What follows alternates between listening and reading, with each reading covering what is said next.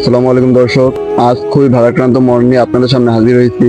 আসলে একটা বিষয় হলো গিয়া, আমাদের বন্ধু মাসুদ আমাদের মাঝে আর নেই।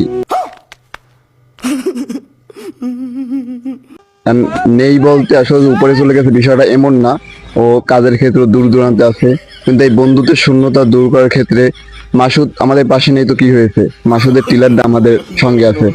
এই ঘুরেই ঠোন দেখাও টিলারটা। ধন্যবাদ সকলকে।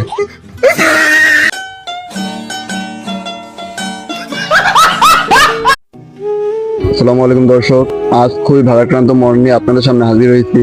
আসলে একটা বিষয় হলো গিয়া, আমাদের বন্ধু মাসুদ আমাদের মাঝে আর নেই।